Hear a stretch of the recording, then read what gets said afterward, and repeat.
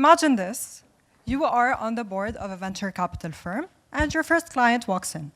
And he is the very legendary Phil Knight, the co-founder of Nike.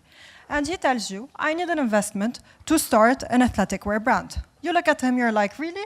Athletic wear brand in today's market? You're already bored. And then walks in your second client, none other than Levi Strauss. And he looks at you and he's like, my groundbreaking idea is to start a denim wear brand. And you're already so bored at this time, you just want to get the meeting over with. And you're like, no, this would have worked if it was the 1960s. So now I'm going to propel into yet another industry, and I'm going to talk about the beauty industry. Imagine if MAC Cosmetics were to start their brand today. Would it work among the millions of influencer and celebrity-led makeup brands today? Do you think anyone would invest millions of dollars in this? I don't think so. So, for context, my name is Elissa Hassan, and when I was just starting out my career path, I really wanted to go into fashion. But everyone told me that in today's market, it would be impossible to create something that is unique to me. So I ended up settling for psychology. And along the way, I learned a lot about the consumer mind and human behavior, which only led me back to creating my own fashion brand. And today, I own one of the leading fashion brands in Lebanon, and I also mentor young women who are aspiring entrepreneurs and who want to go into fashion business like me. Thank you. So if you come from a business or marketing background, I'm sure you've heard the famous line that everyone says, successful businesses solve a problem to the consumer, right? That is absolutely wrong. And why is it wrong? And this is precisely why 70% of startups today fail within their first 24 months of operation. It's because what they do is they focus on the product or service rather than focusing on the consumer for whom the product is intended. Let me tell you something. And before you hate me, your product is irrelevant. And why is it irrelevant? It's irrelevant because there are thousands more like it. And not only are there thousands more like it, there are thousands who are probably of a better quality, thousands who are probably of a cheaper price tag, thousands of a probably more creative approach. So your product cannot be the centerpiece of your business. What can be the centerpiece of your business is your story. It is the emotional value and the emotional resonance that you bring forward to your consumer. And what does this mean? And what do I mean when I say emotional resonance? So, at the cornerstone of the emotional connection comes storytelling. And what is storytelling? So, before I dive into the steps towards creating a successful storytelling, I want to go back to the very beginning and answer the question, what is a brand? Let's resemble a brand to the first time of you meeting a person. The first time you meet a person, you don't know anything about them, but they already have a predisposed identity before you knew them. And once you start to talk to them, once you start to get to know them, all you know about this person is what you hear and what you see when you are in front of them. But as you dive deep into your connection with this person, your connection is built on storytelling. It's built on the stories you share. It's built on storytelling. So, to elucidate this in a business context, I'm going to share with you an experience that I lived in my brand about storytelling. So I was at a crossroads where I needed to do a rebranding. And what we needed to do was to uplift my brand. So basically, we fell in the market in a specific segment of brands, and we needed to do a more luxurious approach. At the same time, I had the problem of a mountain of dead stock that I needed to get rid of because it didn't fall in accordance with my coming strategy and my coming identity.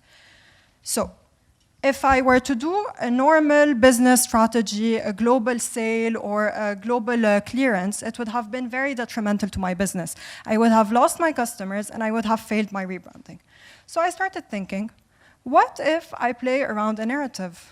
What if I play around elements of mystery, elements of intrigue? What if I tell a story to my consumer? So, what I did was, I went on social media and I posted 3 words. Aqui is leaving. And I told my staff, do not answer the phone, do not answer messages, do not answer the door. Let it marinate and let curiosity arise. And let them guess what's happening. Is Aqui really leaving? Why are they leaving? Where are they going? Within 2 hours, we had around 300 people knocking on the doors of our headquarters, our tiny headquarters in Beirut. We were swamped with messages, we were swamped with calls. Everyone was theorizing and hypothesizing, what was Aqui doing? What's happening? Everywhere I went, Aqui is leaving was a conversation starter. I would go and sit in a restaurant, and the table next to me, men and women, would be talking about it. And we had crazy theories about how I was going abroad to continue my studies, theories about how we were turning into a homeware brand, theories about how we were understaffed and overworked and we had to close down the business. I threw a story, and my customers drafted the first draft. And this is what I mean when I say storytelling. So what I did here is I created a storyline, and they crafted the rest of the story. Not only did this make them relate to the brand more, it made them feel like they took part in my rebranding. So when we actually announced the rebranding, some people were disappointed, some people were relieved that we were staying, some people were very impressed by the way we announced it, but everyone was interested. I had everyone's attention and everyone's ears. And this is the power of storytelling. And this story for me became a masterclass on the power of human psychology, consumer psychology, communication, and perception. Another example that was a bit lighter to my consumer that I like to give was our Mother's Day campaign. So for this Mother's Day, what we did was a video, and this video talked about my lineage.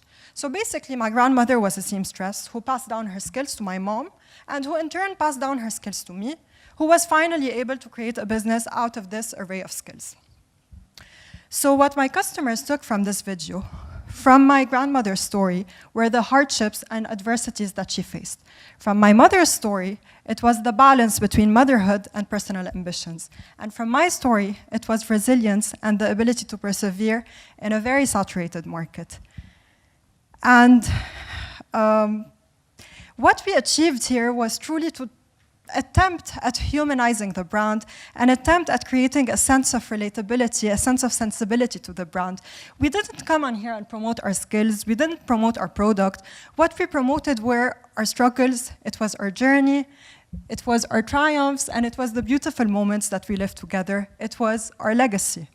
So this really made our customers relate to the brand more, humanize the brand more, and understand that behind every brand, there is really a strong human force that is operating behind it.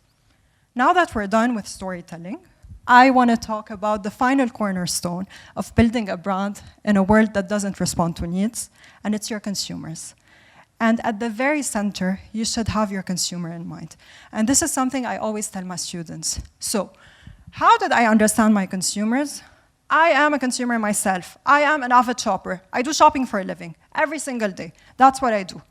So when it came down to me trying to understand how to communicate to my consumers, I started thinking, what were the strategies that worked on me?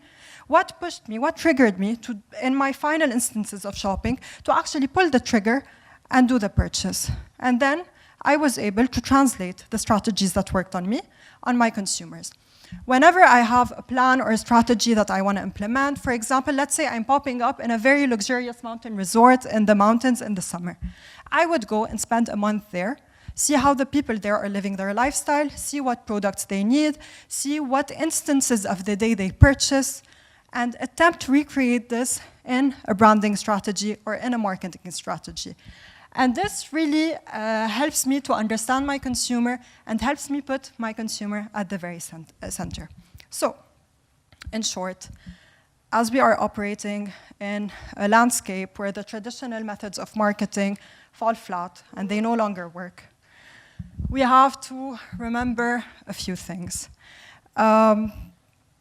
We have to remember that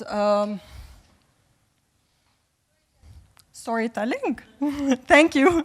We have to remember the power of storytelling. We have to remember the power of crafting a powerful community. We have to remember the power of building a community of like-minded individuals who are part of the same tribe, because this is what we're crafting. We're crafting a tribe. We're crafting a tribe of people who share the same values, a tribe of people who share the same aspirations, because what propelled my journey wasn't my product. What set off my journey was my story. It was the story not of a faceless corporate company, it was the story of a girl they were able to take pride in, they were able to relate to, and they were able to aspire to be like one day. And in a world where needs don't matter much, where products don't matter much, your story is everything. So embrace your story, tell your story, and build your brand on this story. Thank you.